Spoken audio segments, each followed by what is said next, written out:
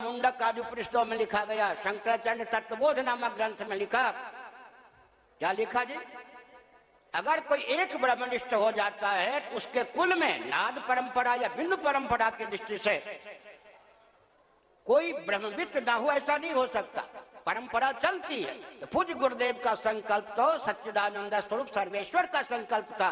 वो तिरोहित दिखाई पड़ सकता, विलुप्त तो हो ही नहीं सकता। उनका सिद्ध संकल्प तो भारत को अखंड करेगा, सकल सनातन मानव बिंदुओं की रक्षा करेगा। अंत में वैचारिक धरातल पर हमारे पास एक सबसे बड़ा अस्त्र भी बचा हुआ है। इस रॉकेट, कंप्यूटर, एटम, मोबाइल युग में भी न केवल दार्शनिक अपितु वैज्ञानिक और व्यावहारिक धरातल पर भी भोजन, वस्त्र, आवास, शिक्षा, स्वास्थ्य, यातायात, उत्सव, त्योहार, रक्षा, सेवा, न्याय, विवाह आदि सनातन धर्मियों के जितने प्रकल्प हैं उनके सामने विश्व घुटना टेकने के लिए तैयार है। कुछ गुरुदेव ने हमको पढ़ाते समय एक आत्म बम पकड़ाया, वैचारिक बम पकड़ाया। पंचदशी में उसका नाम है श्रुति युक्ति अनुभूति। कुछ गुरुदेव ने कहा भविष्य में नास्तिकता का तांडव नृत्य होगा। मेरी बात को गांठ बांध लो, जो भी लिखो, जो भी बोलो, जो भी करो, श्रुति युक्ति अनुभूति में सामंजस्य साधकर। इसी को आजकल की प्रसिद्ध भाषा में मैं कहता हूं, दर्शन, विज्ञान, व्यवहार तीनों में सामंजस्य साधकर बोलिए, लिखिए, पूरा विश्व नतमस्तक होगा। कोई भी तो प्रतिद्वंदी होकर खड़ा नहीं होगा। और सनातन वैदिक सिद्धांत को बौद्धों ने, शुक्ल प्रवर जी, आचार्य जी, अपने शब्दों में गुम्फित किया। यही वाक्य उद्धृत करके मैं वचन को विराम देता हूं।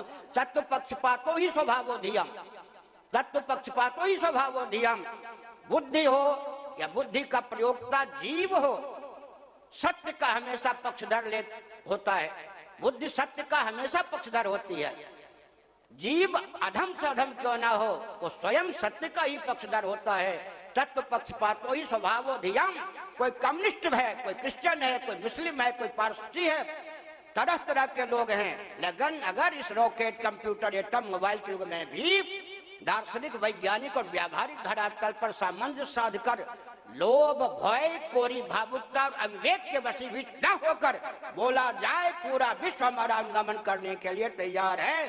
हमारे पूर्वजों ने, विशेषकर ब्राह्मणों ने, विश्व को अर्थशास्त्र दिया, काम शास्त्र दिया, धर्म शास्त्र दिया, मोक्ष शास्त्र दिया, चिकित्सा शास्त्र दिया, गणित विज्ञान दिया, वास्तु विज्ञान दिया। कौन ऐसी शुक्र नीति के अनुसार 32 विद्या, कौन ऐसी शुक्र नीति के अनुसार 64 कला, जिसमें समग्र विद्या और कला का अंतर्भाव होता है, जो वैदिक महर्षियों ने विश्व को न दिया हो।